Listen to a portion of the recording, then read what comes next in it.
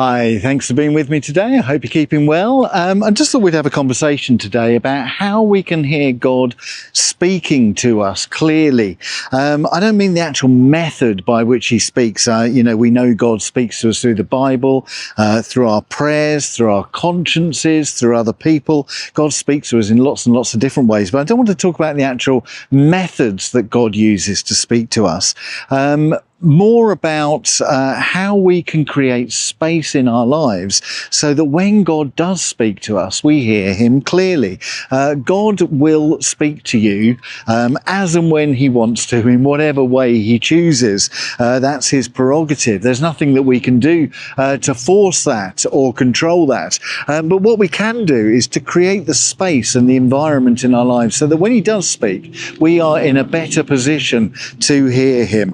I'm in Western Australia at the moment and spending quite a lot of time in rural areas, and when we go out in convoy in cars, everybody has a CB radio, and of course everyone has to be on the right channel so that we can communicate clearly. And that's a little bit of what I'm talking about today. How can we be on the right spiritual CB channel with God so that we can hear him speak clearly when he chooses to? And there's 5 things I want to suggest today. The first is we need to develop a morning routine.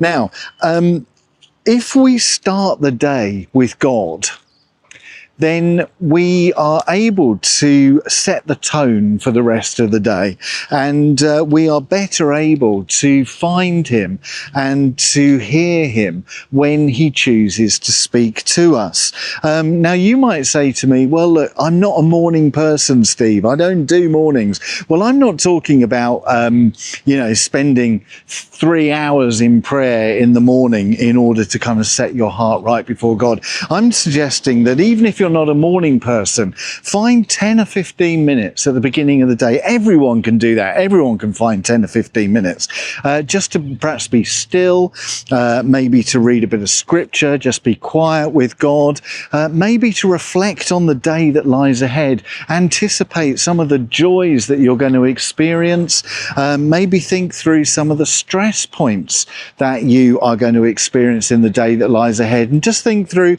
how you're going to respond to those when they actually happen.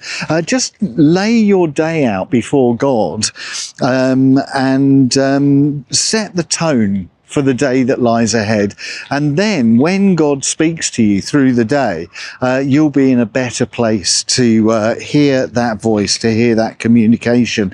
And it does mean then that you'll be able to be proactive to what happens to you through the day, rather than just reacting to events as they unfurl. Jesus did this, of course. We read, for example, in Mark chapter 1, verse 35, very early in the morning when it was still dark, Jesus got up, left the house, and went to a solitary place where he prayed. Now, I don't know if Jesus was a morning person or not, but he clearly understood the importance of starting the day with his Father, so that he could kind of set the tone for the rest of the day and have his heart in a place where he was ready to hear his Father's voice. Centre yourself before the day starts, and you'll be better able to hear God speak through the day. Secondly, I would say, if you want to create space to hear God's voice speaking to you, develop an attitude of gratitude. Gratitude is such an important spiritual discipline, to be thankful for all the things that we've got in life, our relationships, our food, our shelter, our jobs, the clothes we wear, just the experiences we have. Gratitude is a really, really important spiritual discipline. And when we are more grateful for things, we tend to see God at work more in our lives. We recognize that God is there working away in our lives. And so we see God more, and we can hear God's voice speaking to us more. Paul says in Ephesians chapter 5, verse 20, always give thanks to God the Father for everything in the name of our Lord Jesus Christ. This attitude of gratitude, this attitude of thanksgiving enables us to see God at work and to hear his voice, because his presence with us is so evidenced in our lives.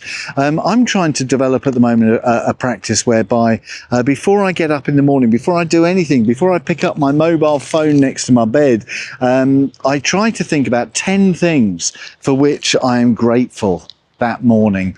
And then when I've thought about that, then I can begin the rest of the day with an attitude of gratitude. If we do that, we will hear God speaking to us a bit more clearly. Thirdly, if you want to hear God's voice more clearly in your life, just say no.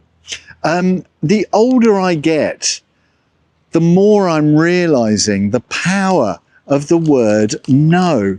You don't always need to say yes to people and yes to other people's agendas. You know what it's like? You might be really, really tired, and then your friend phones up and says, oh, should we go out for a beer tonight, or should we go out for something to eat tonight? And even though you're tired, you go, yeah, all right then. Your boss might ask you to stay late at work and do some more overtime, and you might be exhausted, but you want to please the boss, so you say, yep, okay, I'll do that. Your minister at church may ask you to undertake more responsibilities, maybe lead the Sunday school or volunteer for the youth work or be on the coffee rota or whatever it is. And because we don't want to appear selfish, we say yes.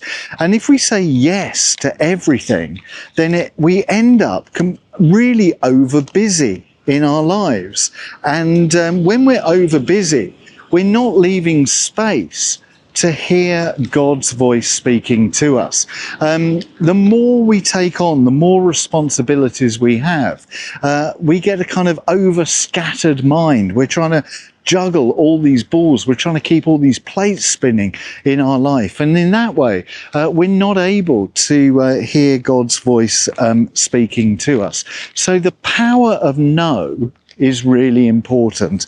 The ability to say no to things so that you retain some control over your time and your energy, so that you can then hear God speaking to you more clearly. Now, the question to ask, I always think, is if you're asked to do something, is to ask the question, what value is this adding to my life? Now, if it doesn't add value, you can usually say no.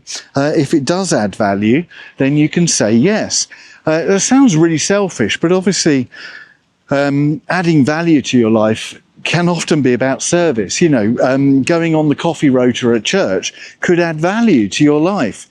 Because you're serving others, helping out at the youth group might, or doing overtime at work or whatever, might add value to your life because you know you're fulfilling a work of service for the community or whatever. So it needn't be a selfish approach to life.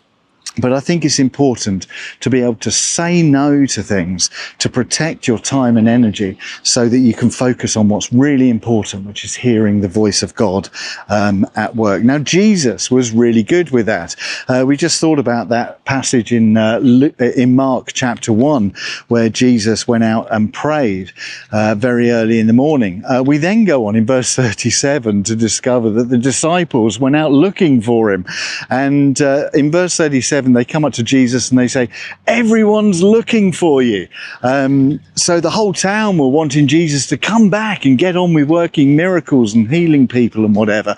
It was their agenda for Jesus, and they wanted Jesus to say yes to coming back and doing more for them. But in verse 38, Jesus turns to the disciples and Jesus says to them, let's go somewhere else.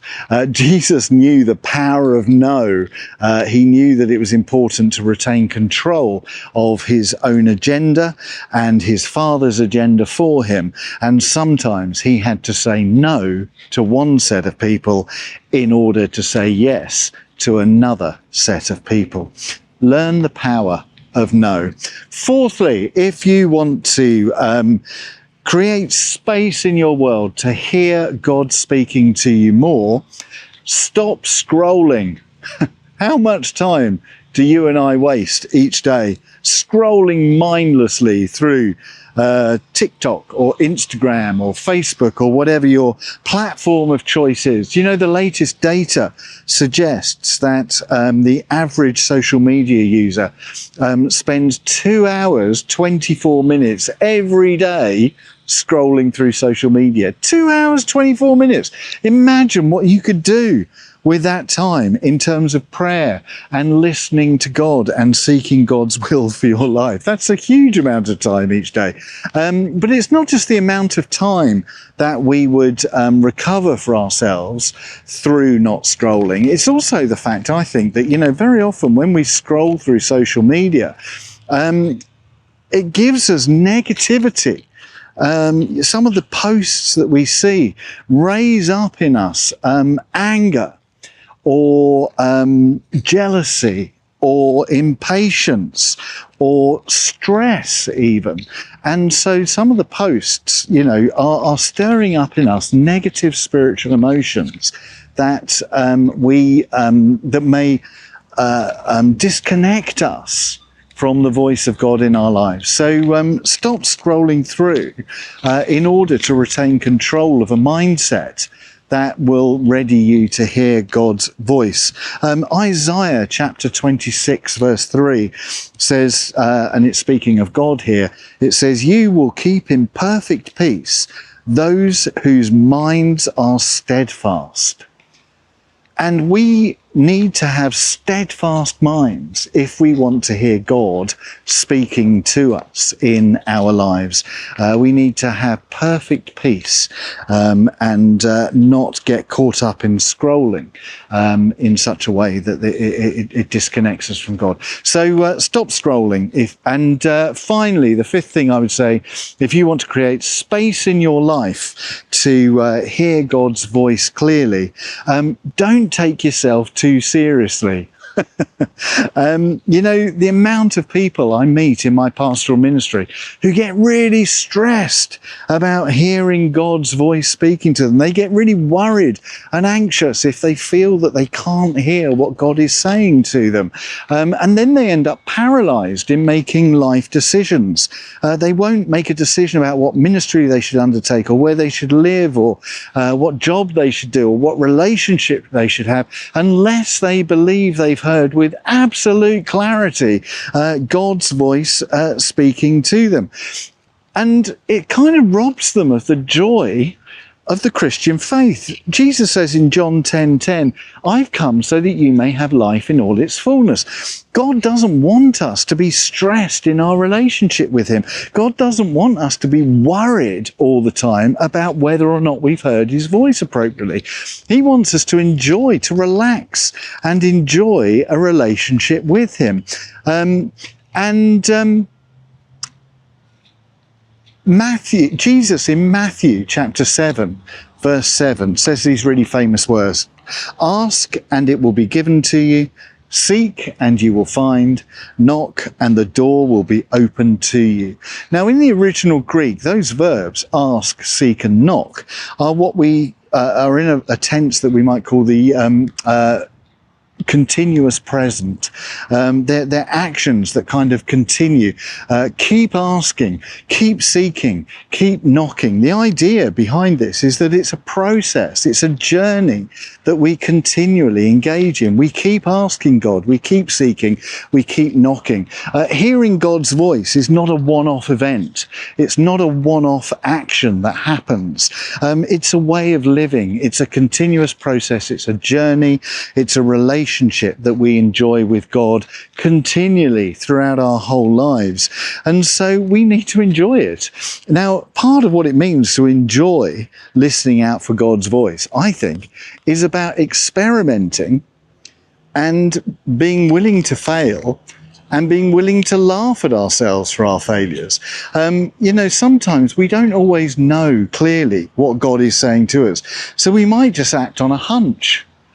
And, you know, you might say, well, I don't know if God is asking me to become a volunteer in the youth ministry at my church. I think he might be. I'm going to give it a go. So you give it a go. and you discover you hate it and it's really not for you. So you go, okay, that wasn't God's voice to me. So you quit and you do something else instead. You know, we experiment, we fail. It's absolutely fine to do that. I've been a Christian now 41 years. And I can say to you that only twice in 41 years have I heard God's voice speaking to me with absolute clarity about something I should do in my life. The rest of the time, I've just worked off of hunches. You know, I've been a vicar now of 13 individual churches across my ministry. I've never felt strongly called to any of those churches. I've seen the jobs advertised and I thought, oh, I might have a punt at that, give it a go. Some jobs I've got because it was God's will for me. Other jobs I've applied for, I haven't got, and I've been turned down after interview. Loads of jobs I've been turned down after interview. So have I heard God's voice? Well, I'll have a punt, you know, I'll push at the door and see if it works or not. And if it does, fantastic. If it doesn't, okay, that's fine. Don't get stressed about it. Don't take myself too seriously. You know, just listen out as best you can for God's voice in your life. Some people think that God gives us a map that we need to follow in all its detail in order to follow God's direction in our lives. I don't think God does give us a map. I think he gives us a compass. And he says, head due north. That's where you'll find me. So we set out due north, and then, you know, there's a big mountain in front of us.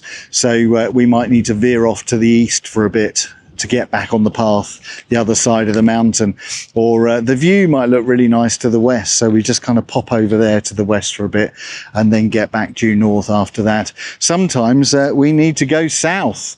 Again, we need to retrace our steps if we've gone the wrong way, and go south again and then take a different path north.